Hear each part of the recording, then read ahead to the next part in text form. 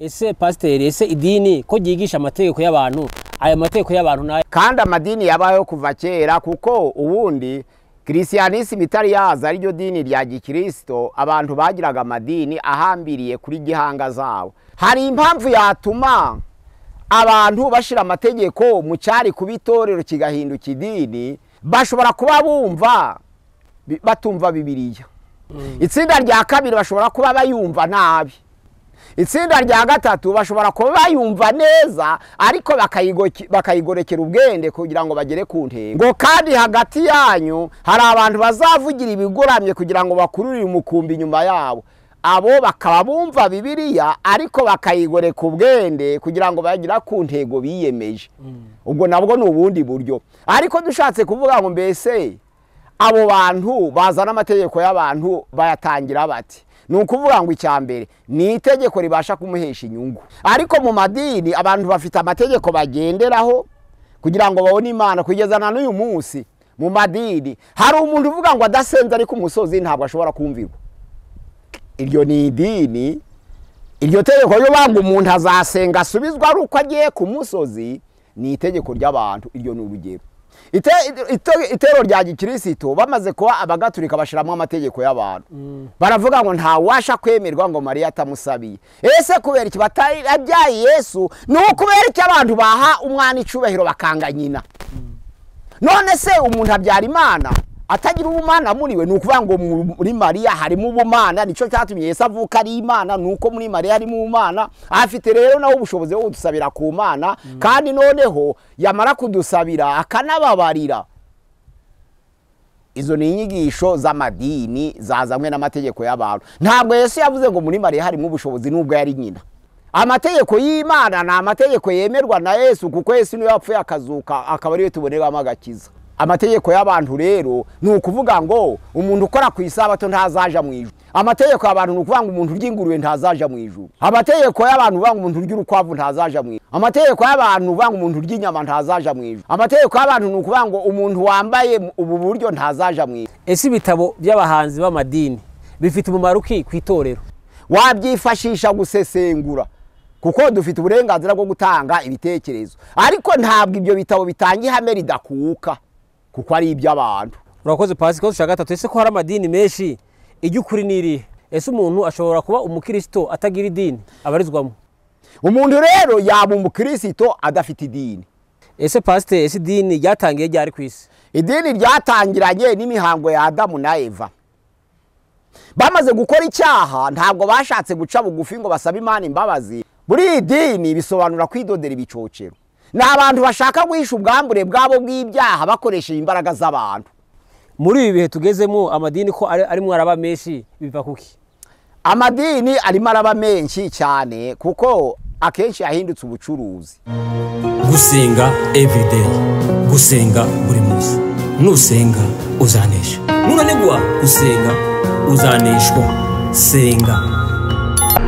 Reka ngusuhuze inshuti ya Gusenga everyday. Nizere ko umeze neza mu bisanzwe. Muri kumwe na Imana Kiza Edouard. Abari mu Rwanda shalom shalom, abari mu Burundi shalom shalom, abari muri Afrika mumva ikirundi n'ikinyarwanda n'ikinyamurenge shalom shalom, abari muri Amerika shalom, abari muri Aziya shalom shalom, abari ku mugabane wa Burayi shalom shalom, ku mugabane wa Australia shalom shalom. Kuko muri kamera ya Gusenga everyday kumwe na Reverend Dr. Pastor Mpazi Bireguraho. Dr. Shalom shalom. Mumeze mute? Turi bazima. Watangira usenga Imana? Mana turagushimiye, turaguhimbaje kubw'ineza yawe. Niwo tumye duteranira ahangaha nk'abana bawe, kandi amasezerano yawe aravuga ngo babiri bari cyangwa batatu bateraniye mu izina ryawe, ico bazasaba cyose bazagihabwa na Data wo mu ijuru. Aho babiri cyangwa batatu bateraniye bahuje umutima uri kumwe nabo. Natwe hano twarenze babiri, dufite ibyiringiro kuri kumwe natwe, ko bagiye gutangirana natwe kandi ugasozanya natwe. Reka ijambo ryawe rigere mu mahanga yose, kubw'isezerano watanze ariyo nshingano ikomeye Yesu Kristo yasigiye abigishwa be. Aravuga ngo mugende mu mahanga yose muhindura abantu bose kuba abigishwa banjye. Nta nizo mpamvu iyo nshingano ikomeye ni ya buri wese wakira ubutumwa bwiza. Ndakwingize kugira ngo bane natwe, utangirane natwe kandi sozanye natwe, kugira ngo ikiganiro kibashe gufasha benshi, aho imitima yakomeretse bomorwe, abasubiye inyuma bagaruke, kandi Nyagasani abatarakwizera barushaho guhindukira bakugane mu izina rya Yesu Kristo umwami wacu. Amen. Pastor, hari ibibazo dufite hano abantu babajije ku bijanye n'amadini. Ese pasiteri, ese idini ko ryigisha amategeko y'abantu, aya mategeko y'abantu n'ayahe? Twaganire ku madini atandukanye kandi amadini yabayeho kuva kera, kuko ubundi Christianisme itari yaza ari ryo dini rya gikristo, abantu bagiraga amadini ahambiriye kuri gihanga zabo. Nuvuga ngo ni yayandi y'imigenzereze y'abasekuruza nk'abanyafurika cyangwa se n'abanyaburaya benshi n'abanyaziya. Dufite ikintu cyitwa animisme, ni idini abantu bagenderamo ariko batarizera indi mana. Ahangaha rero amadini twavuze ko nka Hinduisme, tuvuga ko nka Buddhisme, tuvuga nka Zoroastrianisme, tuvuga nka Judaisme, tuvuga nka Animisme, tuvuga nka Islamu. Noneho haza itorero baza kuryita Christianisme atari ko ryari riri. Hariya muri Matayo igice cya 15:8 abafarisayo babaza Yesu ngo kuki abigishwa bawe bari kurya batajabitse intoke mu mazi nk'uko imigenzereze y'abasogokuruza yakoraga. Ariko Yesu arabasubiza ku murongo wa 8 n'uwa 9 aravuga ati ubu bwoko bumpimbarisha iminwa ariko imitima yabo ikamba kure, kuko inyigisho zaba ari amategeko y'abantu. None abumvisha iryo jambo baravuga ngo mbese ayo mategeko y'abantu nayahe? Nyuma yo gutangira kw'itorero abantu barihinduye idini nk'uko twabivuze muri 380, ariho abantu ba mbere batangiye kuvuga ngo Katolicisme, idini rya Gatolika, ariko ubundi ryari itorero kuva mu kinyejana ca mbere kugeza mu ca 4 ryari ryitwa itorero. Riza guhindurirwa imvugo ngo ni Gatolika kuko bavuga ko ari idini ryemerwa n'amahanga yose kandi rikwiye ku isi yose, kandi ryemerwa na buri wese baryita Katolike, ariko atari ko ryari ryitwa. Ntabwo Yesu rero agiye kuja mu ijuru adusigiye inshingano yo kuvuga ngo idini turyite Gatolika nkuko twabivuze. Ntabwo Yesu aje kuja mu ijuru avuze ngo idini turyite abaprotestani. Ntabwo Yesu aje kuja mu ijuru yavuze ngo idini turyite abaruteri. Ntabwo yavuze ngo turyite abametodiste. Ntabwo yavuze ngo turyite abangirikani. Ntabwo yavuze ngo turyite ababetiste. Ntabwo yavuze ngo turyite aba anabatiste. Ntabwo yavuze ngo tubite abadivantiste. Ntabwo yavuze ngo tubite abahamya ba Yehova. Ntabwo yavuze ngo tubite ababranham. Ntabwo yavuze ngo tubite abamorumo. Ntabwo ariko Yesu yavuze. Abo ni abantu babizanye. Noneho rero hari impamvu yatuma abantu bashira amategeko mu cyari kubitorero kigahinduka idini. N'urugero icyambere, bashobora kuba bumva batumva Bibiliya. Icyo ni itsinda rya mbere. Itsinda rya kabiri bashobora kuba bayumva nabi. Itsinda rya gatatu bashobora kuba bayumva neza ariko bakayigorekera ubwende kugira ngo bagere ku ntego. Mu byakoze n'intumwa mu gice cya 20 umurongo wa 29 kugeza 30 haravuga ngo nimara kugenda ngo hazaza amasega aryana, ngo azabinjiramo, ngo ntazababarira umukumbi, ngo kandi hagati yanyu hari abantu bazavugira ibigoramye kugira ngo bakururire umukumbi nyuma yabo. Abo bakaba bumva Bibiliya ariko bakayigoreka ubwende kugira ngo bagira ku ntego biyemeje. Ubwo nabwo ni ubundi buryo. Ariko dushatse kuvuga ngo mbese abo bantu bazana amategeko y'abantu bayatangira bati, ni ukuvuga ngo icyambere ni itegeko ribasha kumuhesha inyungu. Abangaba bavuga ngo ntabwo abigishwa ba Yesu bari kurya bajabitse intoke, yari imigenzereze y'abasekuruza. Ariko Yesu agiye gutangiza itorero ntiyarizana nk'idini ry'imihango, ahubwo arizana nk'igitanga ubugingo. Idini rero ni ubugingo. Twaravuze ngo idini ni uruhurirane rw'amategeko. Ayo mategeko yayahuza akakwereka inzira yo gushaka Imana. Ariko itorero ryaje ari ubugingo. Ayo mategeko yo gushaka Imana rero bikaba binyuranije n'umugambi w'Imana ku bantu, kuko abantu ntabwo bashaka Imana, ahubwo Imana irabihishurira. Aho ni mu itorero. Ariko mu madini abantu bafite amategeko bagenderaho kugira ngo babone Imana. Kugeza na n'uyu munsi mu madini hari umuntu uvuga ngo adasenze ari ku musozi ntabwo ashobora kumvirwa. Iryo ni idini. Iryo tegeko yo banga umuntu azasenga asubizwa ari uko agiye ku musozi ni itegeko ry'abantu. Iryo ni urugero. Kuko Imana iba hose, kandi Imana icyo yemerana umutima uciye bugufi n'umutima wejejwe. aho waba uri hose rero Imana yakuvugisha. Ntabwo Imana ikuvugisha kuko uri ku musozi gusa, ntabwo Imana ikuvugisha kuko uri mu rusengero gusa, ahubwo Imana ikuvugisha uri muri bisi, Imana ikuvugisha uri iwawe mu rugo, Imana yakuvugisha uri mu murima, Imana yakuvugisha uri mu soko ucuruza. Iyo ufite umutima wejejwe Imana yavugana nawe. Ahangaha rero iyo habaye itegeko, Yesu yarabivuze muri Yohana igice cya 4 umurongo wa 20, aho yavugaga ngo igihe kirageze ubwo abantu batazongera gusengera Data ku musozi cyangwa se i Yerusalemu, kuko abantu bibwiraga ko abantu basubizwa ari uko bagiye ku musozi.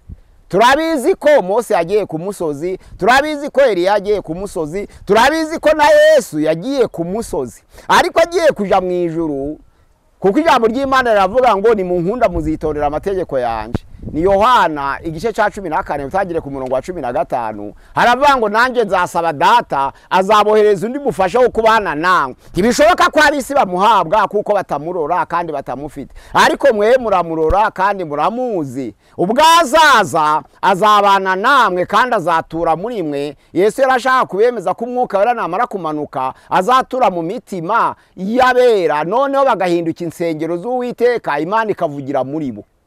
Atari ukuja kuvugira ku rusengero gusa, atari ukuja kuvugira ku musozi gusa, ahubwo Imana ikavugira mu muntu wahawe umwuka wera, akaba ari rwo ruhinduka urusengero rwayo, none Imana ikamwicaramo. Abakiriye Yesu Kristo nk'umwami rero ntabwo bashaka Imana, ahubwo bagendana Imana. Niba uzi yuko uzaja ku musozi ugiye gushaka Imana ukaba utayifite, ntayo uzabona. Ahubwo wakiriye Yesu Kristo nk'umwami, nk'ijambo ry'Imana yavuga ngo abamwemeye bose bakizeye izina rye yabahaye ubushobozi bwo kuba abana b'Imana. Abo ntibabyawe n'umubiri, ahubwo babyawe n'umwuka. Ni ukuvuga ngo abo bantu ntabwo bashaka Imana, ahubwo Imana yarabihishuriye, iyo bagenda barayigendana. Idini rero abantu bashaka Imana, ntabwo bagendana Imana, ariko itorera abantu bafite Imana. Yakuvugisha uri mu cyumba cyawe, yakuvugisha uri mu nzu yawe, yakuvugisha uri mu rusengero, washaka waja ku musozi ko ntari icyaha. Ariko kuja ku musozi biterwa n'intego. Niba ugiye ku musozi ugiye gushaka Imana, ntayo uzabona, ariko niba ugiye ku musozi ufite Imana ari ukwiherera kugira ngo batagusakuriza kubw'umutekano, uzayibona. Abafite Imana rero nibo bayisenga bakayibona, kuko Imana ni umwuka, n'abayisenga bayisengera mu mwuka no mu kuri. Habaye rero amadini menshi, amategeko y'abantu niyo nkiriho. Ikibazo ca mbere, itero rya gikristo bamaze kuba abagatulika bashiramo amategeko y'abantu. Baravuga ngo nta washa kwemerwa ngo Mariya atamusabiye. Ese kubera iki batayabyaye Yesu? N'ukubera iki abantu baha umwana icubahiro bakanga nyina? None se umuntu abyara Imana atagira ubumana muri we? Nukuvuga ngo muri Mariya harimo ubumana, nico cyatumye Yesu avuka ari Imana, nuko muri Mariya harimo ubumana. Afite rero naho ubushobozi bwo kudusabira ku Mana, kandi noneho yamara kudusabira akanababarira. Izo ni inyigisho z'amadini zazamwe n'amategeko y'abantu. Ntabwo Yesu yavuze ngo muri Mariya harimo ubushobozi nubwo yari nyina. Usobye hariya muri Mari ku gice cya 3, nyina na bene se baje gushaka Yesu. Yego. Yari hagati y'abigishwa be. Yego. Abantu barabonye nyina kuko baratinya bati nyina ba Yesu araje na bene se. Baravuga ati bonana nabo bari kugushaka bahagaze hariya. Yesu aravuga ngo mama na bene data sibariye. Aravuga ngo baramubwira ngo ngabariye. Aravuga ati reka da, mama na bene data n'abashiki banje nuko nibyo data ashaka. Nukuvuga ngo uwaboneka kaba mama kaba mwene ma data akaba mushiki wanje ari muri mwe, hubwo mukuri cyo data ashaka. Ntabwo yagiye kubasanganira ngo avuge ngo barari bo ba mama. Ariko Yesu kuko ntabwo yigeze avuga ngo kuri nyina hariho ubumana, ntabwo yabivuze ico gihe. Iyo habaho ubumana ntabwo yari gusubiza nyina ngo igihe kirageze ngo mbe mu nzu ya data. Nukuvuga ngo Yesu ntabwo yemeraga ubumana bwa Mariya, ariko abagatulika barabwemera. Si ikibazo gikomeye. Ayo na amategeko y'abantu. Yesu yaravuze ngo igihe kirageze. Ni Mariya ni Luka 2 utagire ku murongo wa 44 kugera kuri 49. Mariya amubonye mu rusengero barabamaze iminsi atabamushaka. Mariya avuga ati ariko watugenjeje utayiwe iminsi 3 nje naso, twari turi kugushaka, ibyo wadukoze ibyo ni ibiki? Haravuga ngo ntabwo mwari muzi ko igihe kigeze ngo mbe mu nzu ya data. Yego.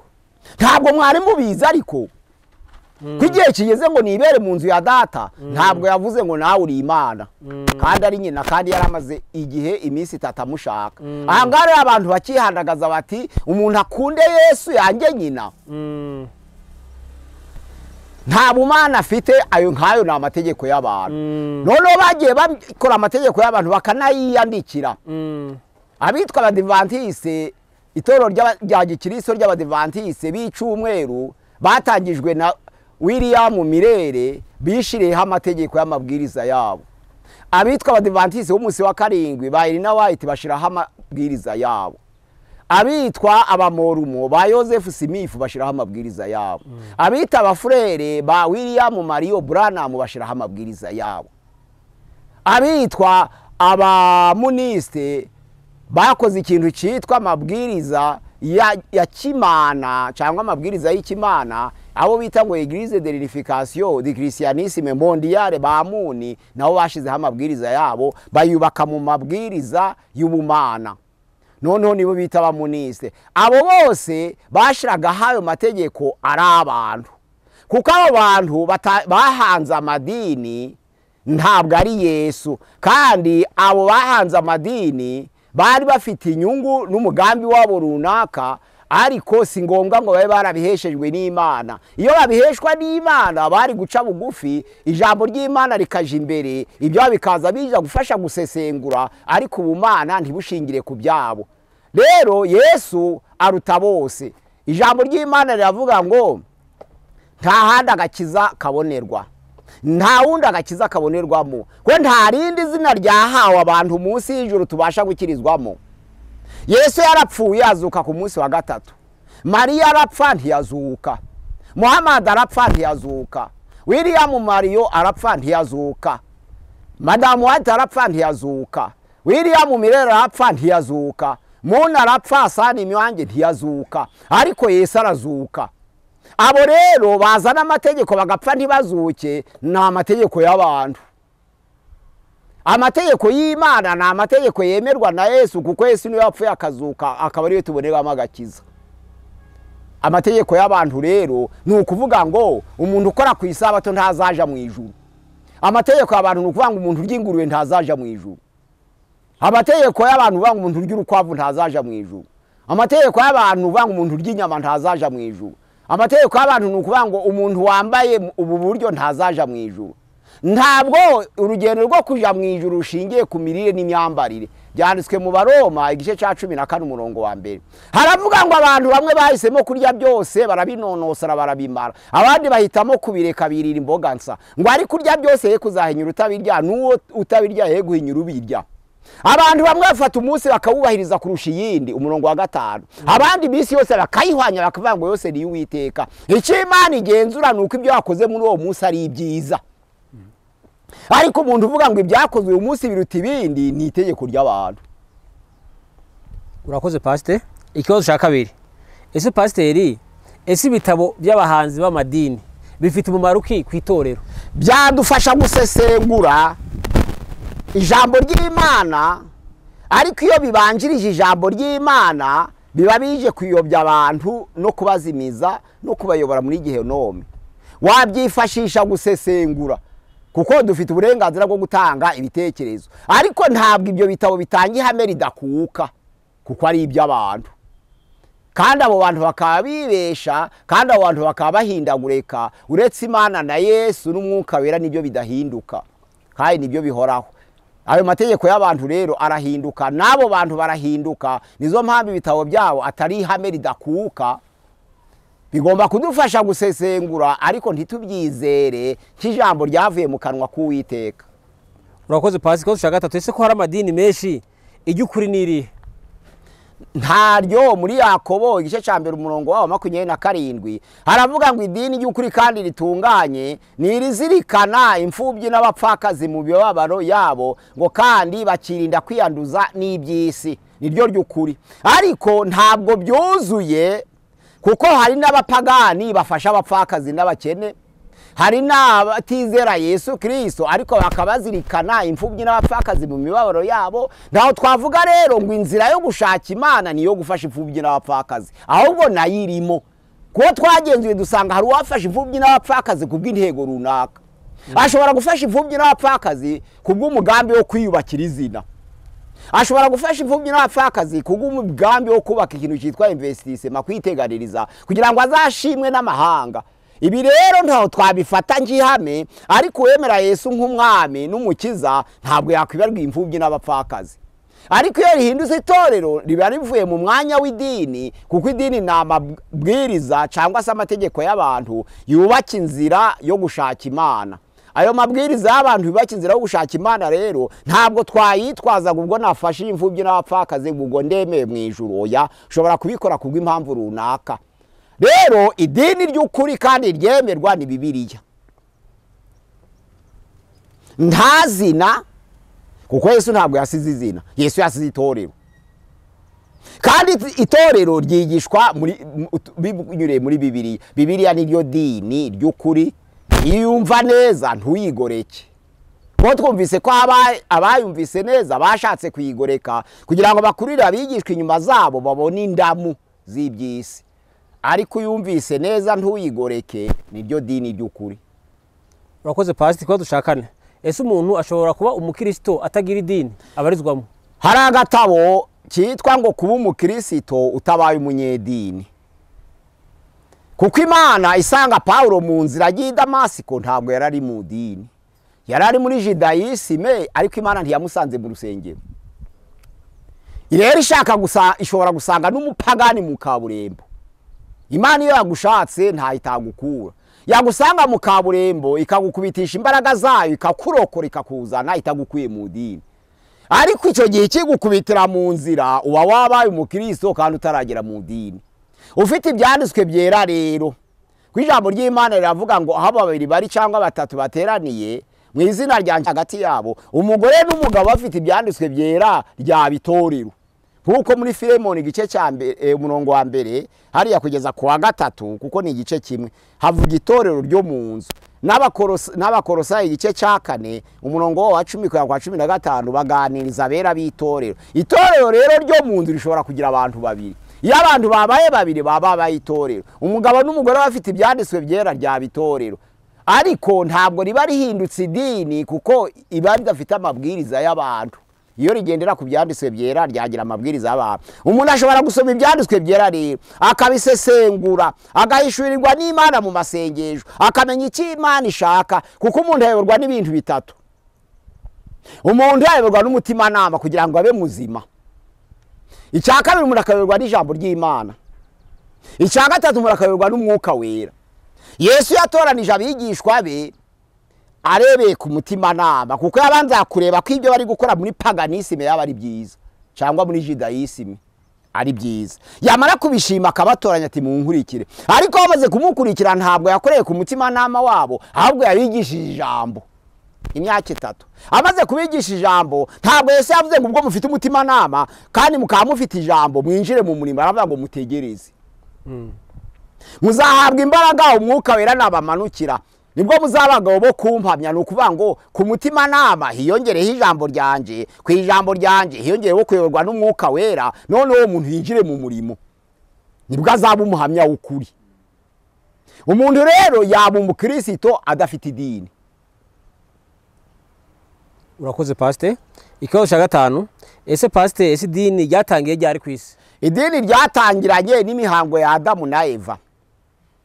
Bamaze gukora icyaha ntabwo bashatse guca bugufi ngo basabe Imana imbabazi, ahubwo ijambo ry'Imana riravuga ngo umugabo amaze kwakira akarya, bombi amaso yabo arahweza, babona ko bambaye ubusa, badoda ibibabi by'imitini, bidodera ibicocero. Buri idini bisobanura kwidodera ibicocero. Ni abantu bashaka guhisha ubwambure bwabo bw'ibyaha bakoresheje imbaraga z'abantu. Adamu na Eva bakoresheje ibibabi by'imitini kugira ngo noneho babidodemwe ibicocero bahisha ubwambure bwabo, ariko Imana yasanze umuntu atabasha guhisha ubwambure bwe yakoze icyaha. Ubwambure bw'umuntu wakoze icyaha buhishwa n'Imana ku bw'amaraso ya Yesu Kristo. Adamu na Eva ro bidode ibicocero barahisha, ariko guhisha kwabo ntaho kwabashije kubakiza isoni, kubamara isoni. Uwiteka Imana ibagirira impuhwe, ibaga itungo ibahambika imyenda, ifata imyenda y'impu irabambika. Bari barangije kwidodera ibicocero. Ibicocero ntabwo byabashe kubakiza isoni, ibicocero ntabwo byabashe kubakiza ubwambure bwabo, kuko ingaruka y'icyaha, imfura mu ngaruka z'ibyaha ni isoni. Iya kabiri ni ukunuka, iya gatatu ni indwara, iya kane ni inzara, iya gatanu ni intambara, iya gatandatu ni urupfu. Hagati yabyo hariho ibiza bidasanzwe nko gukubitwa n'inkuba, nko kuribwa n'inyamaswa, nko kugongwa n'imodoka, ariko iherezo byabyo ni urupfu. Isoni rero ntabwo Adamu na Eva bashoboye kwambika ubwambure bwabo. Iyo babasha kubwambika, ntabwo Imana yari kuza ngo ifate imyambaro y'impu ibambike. Ni idini ryari ritangiriye aho umuntu yirwanaho ngo yikize ibyaha. Niko bisobanura. Burya idini bisobanura ngo kwirwanaho ngo wikize ibyaha udafite Yesu. Ntabwo wabikira. Bamwe bishiramo gusenga gatanu, bagashinga agahanga mu butaka kagahinduka urukara, ariko ntabwo wakwikiza ibyaha unyuriye mu dini udafite Yesu. Ni ukwidodera ibicocero. Niho ryatangiriye rero. Kugeza igihe cya Nowa, riraza rigera igihe cya Aburahamu, riraza rigera igihe cya Mose. Ariko noneho Imana yabikoraga kugira ngo igaragaze igicucu cy'ikizaba itorero mu gihe kizaza, ariko bo bakihimbira amadini. Aba Yesu yabwiraga ngo ubwoko bunshimisha iminwa, ariko imitima yabikamba kure, bari mu dini rya Judayisime.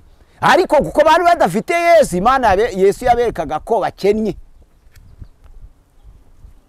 Kuko banshimisha iminwa yabo, ariko imitima yabikamba kure. Bakansengera ubusa, kuko inyigisho zabo ari y'amategeko n'ubundi y'ibihimbano yo gushaka kwambika ubwambure bwabo batazashobora. Urakoze Pastor. Ikibazo cya gatandatu cyo nyuma, muri ibi bihe tugezemo amadini ko arimo araba menshi, biva kuki? Amadini arimo araba menshi cyane kuko akenshi yahindutse ubucuruzi. Iyo bije mu mategeko y'abantu biba bifite impamvu y'ubucuruzi. Navuze ikintu cyo kutumva Bibiliya, navuze ikintu cyo kutayumva, noneho navuze ikintu cyo kuyumva abantu bakayigoreka kugira ngo bakurire abigishwa inyuma zabo, nk'uko byanditse byera bivuga, bihimbire gukiranuka kwabo. Kuko Abaroma igice cyaho cya 10 baravanga uko banze gukiranuka ukuri kw'Imana, bashatse kwihimbira gukiranuka kwabo, ntibabigeraho. Ntabwo gukiranuka k'umuntu kwamugeza kugakiza uretse kwemera Yesu Kristo. Abandi noneho bashakisha ibindi bidasanzwe bitari byo kugira ngo bihimbire. Ariko noneho amadini yabaye benshi, ni ubucuruzi. Kuko Yesu ntabwo yasize amadini, ubwo yasize itorero. Kandi ntabwo yasize amatorero, yasize itorero. Abantu bamaze kurema amadini basanga harimo inyungu. Ushaka kubona inyungu yanga kuba mu itorero, ashaka idini rishingiye kuri we, rishingiye ku myumvire ye, rishingiye uko ashaka kugira ngo ariboneremo indamu zo yifuza. Kuko itorero ni ubugingo, kandi Yesu Kristo yaravuze ngo ushaka kunkurikira yiyanga ubwe yikorera umusaraba w'iminsi yose, namara aze ankurikire. Nizo mpamvu kugezana n'ubu abantu batanga ubuhamya ariko batazi ubuhamya ibyo ari byo. Bakavanga amateka y'ubuzima, bakavanga imirimo ikomeye y'Imana, bakayivanga n'ubuhamya. Amateka y'ubuzima nukuvuga ngo ngewe mpazi ibirego, nabaye umushumba muri 94, nabaye umuvuga butumwa muri 84, nabatijwe muri 79, nakurikiye ishuri ry'isabato cyangwa rya dimanche muri uyu mwaka. Ayo na amateka y'ubuzima, nayo itorero rifite abantu 2000. Ayo racari mu mateka y'ubuzima, ntabwo haraba mu buhamya. Hakaba n'imirimo ikomeye y'Imana. Nazamutse ngeze ku Gishushu, imodoka yari ingonza akaguru, ariko ndarokotse. Ntabwo ari ubuhamya, ahubwo ni imirimo ikomeye y'Imana, ni igice cya 2. None akaba n'ubuhamya. Ubuhamya bisobanura ngo ngewe Yohana musangiye amakuba n'ubwami no kwihanga, nari mu kirwa citwa Ipatimosi, bampora ijambo ry'Imana no guhamya kwa Yesu.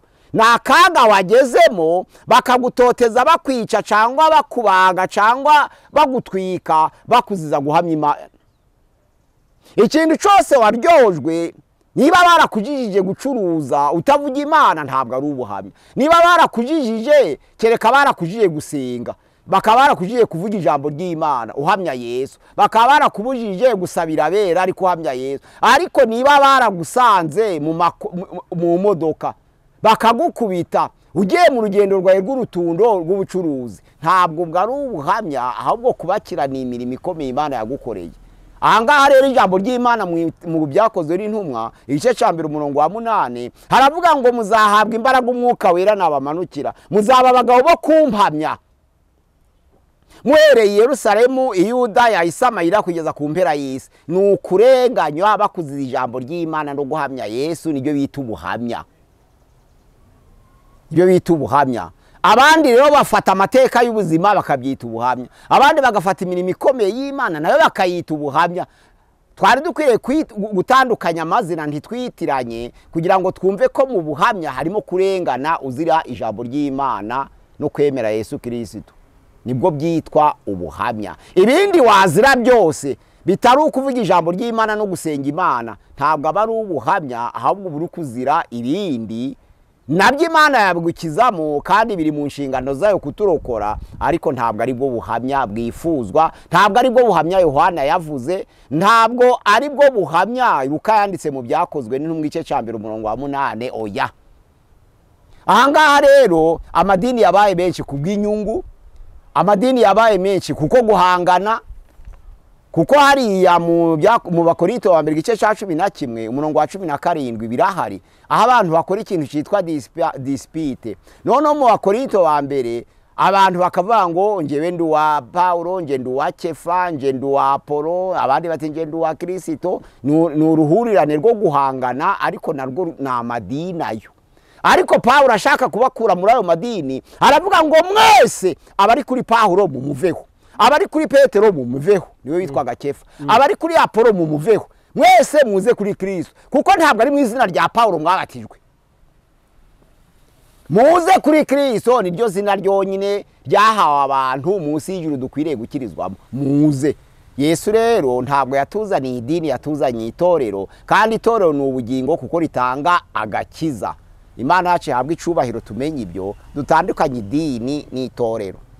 Amategeko y'abantu twayatondaguye mwayamvira. Umuntu uzakubwira ngo niba urya ingurube ntuzaja mu ijuru aguhaye itegeko ry'abantu, ntabwo ari itegeko ry'Imana. Umuntu uzakubwira ngo umuntu ukora ku isabato ntazaja mu ijuru aguhaye itegeko ry'abantu, ntabwo aguhaye itegeko ry'Imana. Kuko Yesu yemera gukora iminsi yose yukora neza, kandi nta burenganzira dufite bwo gukora ibyaha. Nizo mpamvu yaziruye uwo munsi w'isabato ashaka kugira ngo yumvise abayuda ko bagomba gukora ariko bakora neza. Ubwo yarategetse umuntu wari uremaye imyaka 38 kugira ngo yikorere uburiri bwe yigendere, hari ku isabato Yesu amaze kwizurira barabimuryoza. Ubwo nibwo buhamya. Urakoze Pastor, reka tugushimire tukubwire Imana iguhe umugisha. Reka dushimire n'umuntu yabaye muri kigano tubwire nawe ngo Imana iguhe umugisha. Reka dushimire umuntu yakanze subscribe cyangwa wakoze sabone. Reka dushimire umuntu uzufata ibiganiro byacu akabisharinga cyangwa akabiparitaje cyangwa akabihereza inshuti ubwo nawe ngo Imana iguhe umugisha. Pastor, sinzi ko ari kiri wakongeraho. Ni Pastor Mpazibirego ubagejejeho ikiganiro cy'ibibazo byabajijwe ku madini kuri channel ya Gusenga Everyday. Ni 078 kuba twifuza gukurikirana inyigisho 07866966 kabiri 078866966 kabiri 0 kuri channel ya Gusenga Everyday. Imana ibaho umugisha abatwumva bose. Murakoze. Murakoze cyane. Abifuza inyigisho z'igitabo cy'Ibyanditswe Yohana, hariho Sarabisi. Abifuza kumenya dogitine za nyigisho 10, abifuza amateka y'itorero, abifuza igitabo cy'Ibyanditswe Yohana, abifuza igitabo cya Sarabisi ya Daniel, batondeka kuri iyo nimero Pastor abahaye, mwabona izo nyigisho. Imana ibaho umugisha. Kiganiro naho ubutaha. Shalom shalom. Shalom. Pastor, gukora ikiganiro y'abantu none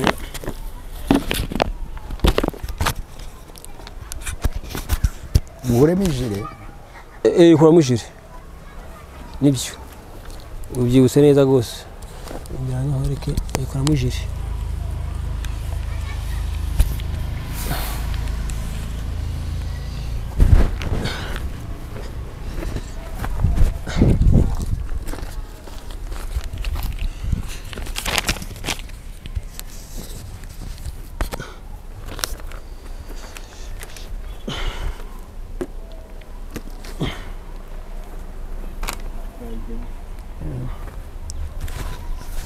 Reka usuhuze inshuti ya gusenga everyday, nizere ko umeze neza mu bisazo muri kumwe nanje Manirakiza Edouard, abari mu Rwanda shalom shalom, abari mu Burundi turabakunda mu inshuti zacu, abari muri Afrika mumva ikirundi n'ikinyarwanda n'ikinyamurenge turabakunda kuri channel ya gusenga everyday, abari muri Amerika shalom shalom, abari muri Asia shalom shalom, abari mu Burayi shalom shalom, abari ku mugabane wa Australia shalom shalom, turabakunda tubabwira ngo Imana iba mu gishare. Reka dushimire umuntu uzubana tumuhiganiro, reka dushimire umuntu uzafata ibiganiro akabisharinga, reka dushimire umuntu yakaye subscribe cyangwa ko sabone nawe ushobora bwa mbere ugeze ko gusenga y'ibyo gusaba ukanda subscribe, ushaka ukore sabone kugira ngo uzazobone ibiganiro byacu bita kugwe ko gusenga everyday n'umwihariko, uzazobona inyigisho za Bibiliya, inyigisho z'ijambo ry'Imana udashobora kubona handi, uzazusanga kuri gusenga everyday.